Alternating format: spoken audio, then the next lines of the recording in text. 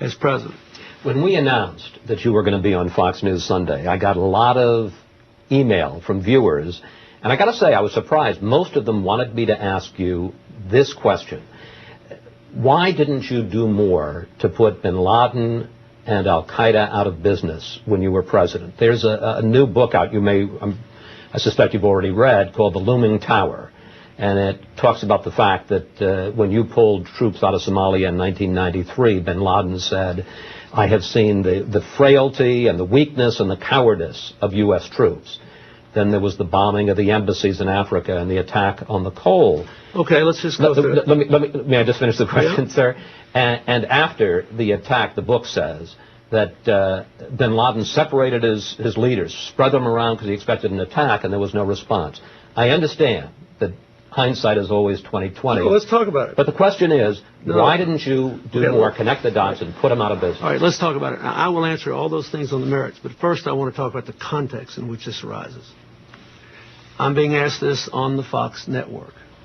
ABC just had a right-wing conservative running their little pathway to 9/11, falsely claiming it was based on the 9/11 Commission report, with 3 things asserted against me directly contradicted by the 9/11 Commission report.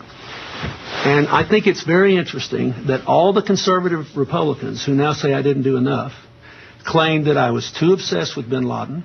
All of President Bush's neocons thought I was too obsessed with bin Laden. They had no meetings on bin Laden for 9 months after I left office. All the right-wingers who now say I didn't do enough said I did too much. Same people.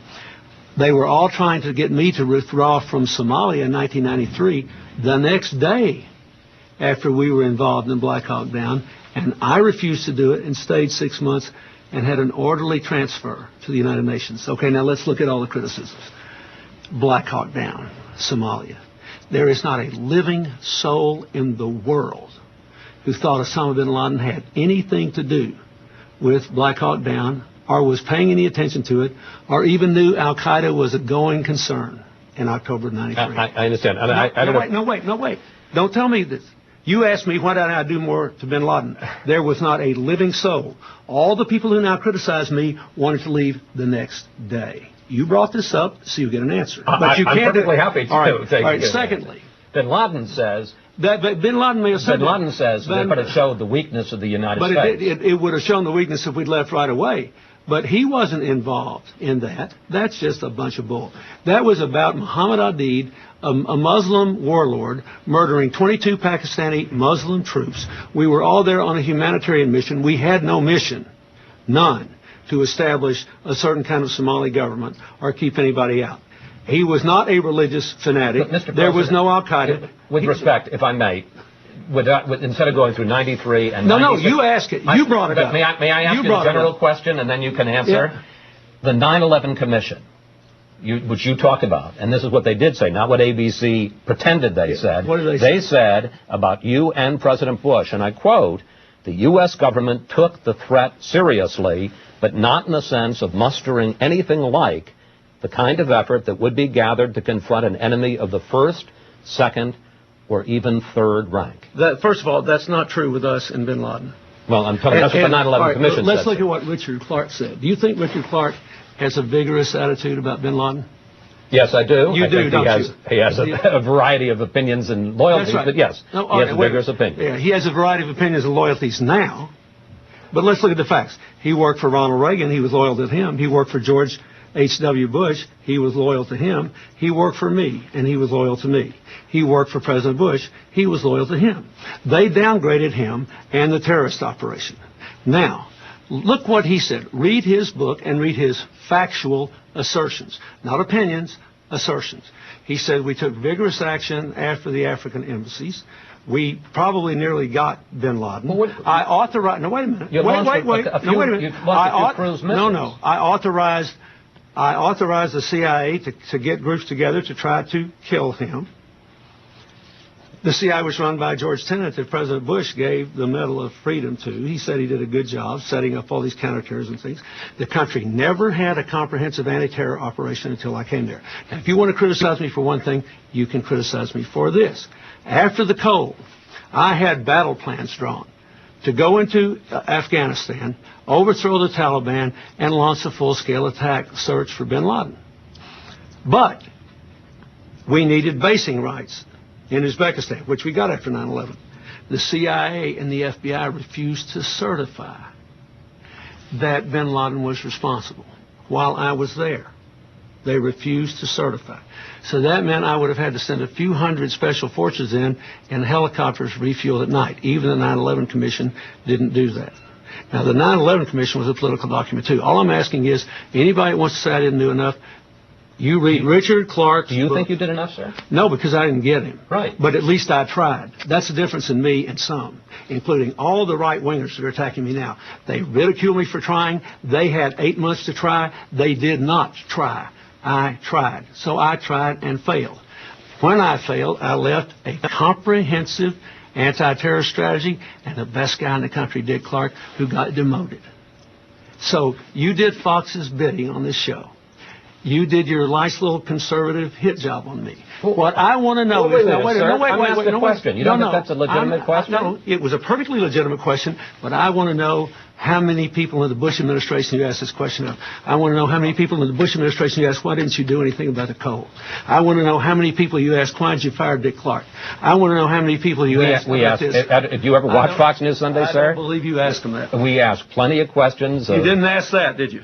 Tell about the truth, the USS Cole? Tell the truth. With Iraq and Afghanistan, there's plenty of stuff to ask. Did you ever ask that? You set this meeting up because you're going to get a lot of criticism from your viewers because Rupert Murdoch supported my work on climate change. And you came here under false pretenses and said that you'd spend half the time talking about, you said you'd spend half the time talking about what we did out there to raise $7 billion plus in 3 days from 215 different commitments, and you don't care. But President Clinton, if you look at the questions here, you'll see half the questions about that. I didn't think this was going to set you off on such a tear. It set off on a tear because you didn't formulate it in an honest way, and because you people ask me questions, you don't ask the other side. Sir, Richard Clark, that is not true. Richard Clark made it clear in his testimony. Would you like to talk about the Clinton Global Initiative? No, I want to finish this now. All right. Well, all I'm saying is you falsely accused me of giving aid and comfort to bin Laden because of what happened in Somalia. No one knew Al-Qaeda existed then. But did they know in 1996 when he declared war on the U.S.? Did they know in 1998 Absolutely. when he bombed the two embassies? Did they know in 2000 when he hit the pole? What did I do? I worked hard to try to kill him. I authorized the funding for the CIA to kill him. We contracted with people to kill him. I got closer to killing him than anybody's gotten since. And if I were still president, we'd have more than 20,000 troops there trying to kill him. Now, I've never criticized President Bush, and I don't think this is useful. But you know we do have a government that thinks Afghanistan is only 1/7 as important as Iraq. And you ask me about terror and Al-Qaeda with that sort of dismissive thing, when all you have to do is read Richard Clark's book to look at what we did in a comprehensive, systematic way to try to protect the country against terror. And you got that little smirk on your face, and you think you're so clever. But I had responsibility for trying to protect this country. I tried, and I failed to get bin Laden. I regret it, but I did try. And I did everything I thought I responsibly could. The entire military was against sending special forces into Afghanistan and refueling by helicopter. And no one thought we could do it otherwise because we could not get the CIA and the FBI to certify that Al-Qaeda was responsible while I was president. And so I left office. And yet, I get asked about this all the time. They had 3 times as much time to deal with it, and nobody ever asked them about it. I think that's strange. Can I ask you about the Clinton Global Initiative? You can. I always intended to, sir. No, you intended, though, to move your bones by doing this first, which is perfectly fine. But I don't mind people asking me. I actually talked to the 9/11 Commission for 4 hours, Chris, and I told them the mistakes I thought I made. And I urged them to make those mistakes public because I thought none of us had been perfect. But instead of anybody talking about those things, I always get these clever little political deals where they ask me one set of questions and the other guy's another set. And it always comes from one source. And so, And what, I really want to ask you about the Clinton Global Initiative, but what's the source? I mean, you seem upset, and I am upset because